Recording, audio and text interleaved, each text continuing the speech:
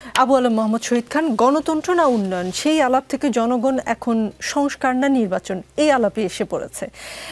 যারা এমন আলাপ পারেন তারা সকলেই জনগণের দোহাই দেন, কিন্তু জনগণ কি চায় সেটা বোঝার কি উপায়?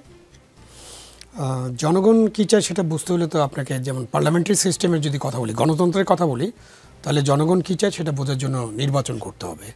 কারণ নির্বাচনের সময় জনগণ তার নির্বাচনটা সুষ্ঠু, সুন্দর, উৎসবমুখর, হ্যাঁ, এবং কমন ফিল্ডটা থাকতে হবে, ভালো লেভেল প্লেয়িং ফিল্ড।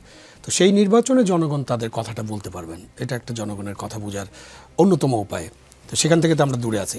আর একটা উপায় হচ্ছে যে রাজনৈতিক দলগুলোর সাথে জনগণের যে সম্পর্ক, সে কারণে রাজনৈতিক দলগুলোকে আসলে জনগণকে রিপ্রেজেন্ট করে সমস্ত রাজনৈতিক দল, বিভিন্ন রাজনৈতিক দলের বিভিন্ন শক্তি। সুতরাং জনগণ কী চায় এটা রাজনৈতিক দলের কাছে শুনতে হবে, কারণ রাজনৈতিক দলগুলো আবার জনগণের কাছে শুনে বা জনগণের পালসটা বুঝেই তারা সিদ্ধান্ত নেন। সেই কারণে জনগণ কী চায় এটা বোঝার জন্য রাজনৈতিক দলগুলোর সাথে আলাপ আলোচনা করতে হবে। এখন আমি ক্যাপিটালে বসে হঠাৎ করে টেকনাফের জনগণ কি ভাবছে, বা তেঁতুলিয়ায় কি ভাবছে, বা বরিশালে কি ভাবছে, এটা কিন্তু আমি বুঝতে পারবো না, আমার পক্ষে বোঝা সম্ভব না। আপনিও কিছুটা বুঝতে পারবেন যে আমাদের মিডিয়াও একটা জায়গা যেখান থেকে আমরা জনগণের মতামতটা বুঝতে পারি। সুতরাং এখানে যারা রাজনৈতিক দলগুলোর সাথে যুক্ত আছেন, যারা নেতৃত্ব দিচ্ছেন, তারা আমাদের মিডিয়া এবং আমাদের যে সিভিল ব্যুরোক্রেসি, যেটার আমরা যতই সমালোচনা করি, যে আমাদের পুলিশ প্রশাসন, আমাদের সিভিল প্রশাসন, আমাদের জুডিশিয়ারি, এদের সকলের মাধ্যমেই জনগণ কী চায় সেটা বোঝা সম্ভব। জি, গোলাম মাওলা রনি আন্দোলনের নেতৃত্ব দেওয়া ছাত্র নেতাদের দল গঠন প্রসঙ্গে বিদেশি এক পডকাস্টে প্রধান উপদেষ্টা ডক্টর মোহাম্মদ ইউনূস বলেছেন, শিক্ষার্থীরা এখন বলছে কেন আমরা আমাদের নিজেদের দল গঠন করছি না, আমরা একটি সুযোগ নিব। তবে ছাত্রদের দল গঠনের বিষয়টিকে অনেকে তুচ্ছ-তাচ্ছিল্য করছে বলে মন্তব্য করেছেন প্রধান উপদেষ্টা। ছাত্ররা দল গঠন করলে একটি আসনও পাবে না এমন কথা বলা হচ্ছে, কিন্তু তিনি তাদের উৎসাহ দিচ্ছেন বলে জানিয়েছেন। এমন মন্তব্য কি প্রধান উপদেষ্টা নিরপেক্ষতাকে প্রশ্নবিদ্ধ করে কিনা? অনেকেই প্রশ্ন তুলেছেন যে নিরপেক্ষতাকে প্রশ্নবিদ্ধ করে, তাকে প্রশ্নবিদ্ধ করে। এখানে 2 নম্বরে যেটা হলো যে ছাত্ররা দল করতে পারে এবং আমি সেটাকে স্বাগত জানাই। এবং তারা অনেকে বলে যে ওখান থেকে পদত্যাগ করে তারা করুক।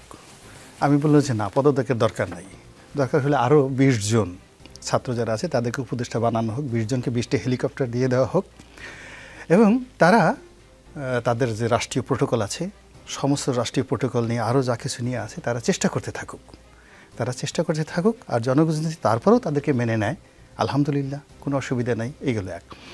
2 নম্বর হলো যে ডক্টর মোহাম্মদ ইউনূস, আমি তো আগেই প্রথমে বলেছি যে তার মধ্যে একটা যাকে বলে যেটাকে কন্ট্রাস্ট করে, ভীষণ রকম কন্ট্রাস্ট করে। যেমন তিনি কিছু কথাবার্তা বলেছেন, দেখে মনে হয় একেবারে সহজ সরল দেবর শিশু। মানুষ এত ভালো হয় কি করে, মানুষ এত সত্য কথা বলে কি করে, এত চমৎকার করে নিজের দুর্বলতা সে প্রকাশ করে কি করে, তো মানুষ নন, উনি তো ফেরেশতা, এরকমভাবে মনে হয়।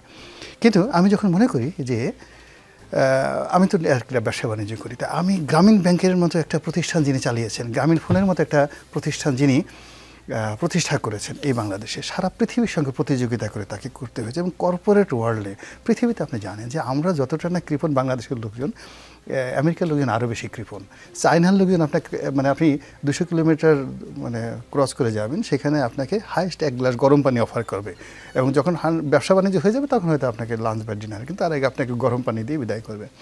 তো সেই রকম মানুষদের সঙ্গে উনি লড়াই করে, সংগ্রাম করে সে শত না হাজার হাজার কোটি টাকার বিনিয়োগে বাংলাদেশে নিয়ে আসছেন। তো ওখানে তার আমি একটা টকশোতে বলেছিলাম যে মার্কেটিংয়ের ফাদার বলা হয় ফিলিপ কটলারকে। তো আমার কাছে ডক্টর মোহাম্মদ ইউনূসকে মনে হয় father of the Philip Kotler. হ্যাঁ, ফিলিপ কটলার 1000 ফিলিপ কটলার সমান করলেও তার মতো হবে না। তো এই যে তার এই যোগ্যতা, যেখানে মার্কেটিং করার জন্য, টাকা উপার্জন করার জন্য, এখন টাকা উপার্জন করা এত একটা কঠিন বিষয়। আপনি চোরা কারবারি করেন, ব্যবসা বাণিজ্য করেন, বা জেনারেলভাবে করেন, অথবা রিক্সা চালান, যে মাধ্যমেই যান না কেন, ইভেন একটা চোর, সে সিধেল চোর, আপনি চিন্তা করেন একটা বাটি চুরি করতে, 2টো ডিম চুরি করতে তার কী পরিমাণ কষ্ট হয়, অসাধারণ। তার মেরে ভূত যে চিন্তাই করে, ও মাই গড, টাকা উপার্জন খুব একটা কঠিন একটা বিষয়।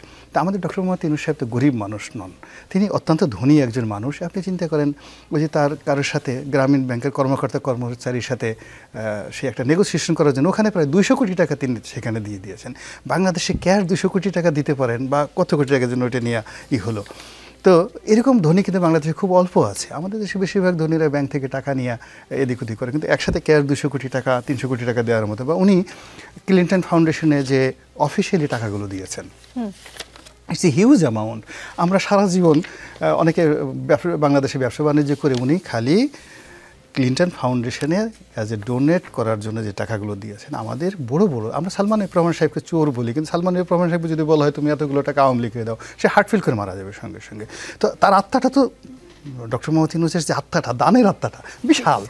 তারপরে ওখান থেকে আবার তিনি আবার ডবল দিয়েছেন দ্বিতীয়বার। আবার যখন হিলারি ক্লিন্টনের নির্বাচন হলো, সেই নির্বাচনের সময় তিনি কিন্তু অফিসিয়ালি একটা ভালো অ্যামাউন্ট দিয়েছেন। তো ওই ওনার যে মানে ফাইন্যান্সিয়াল ম্যানেজমেন্ট, ঝুঁকি নেওয়ার ক্ষমতা, তার সঙ্গে সঙ্গে এখন ওনার যে কথাবার্তা, এ দুটোয় আমি কনফিউজড হয়ে গেছি। আমি নিজে বুঝতে পারছি না যে হোয়াট ইজ রাইট। জি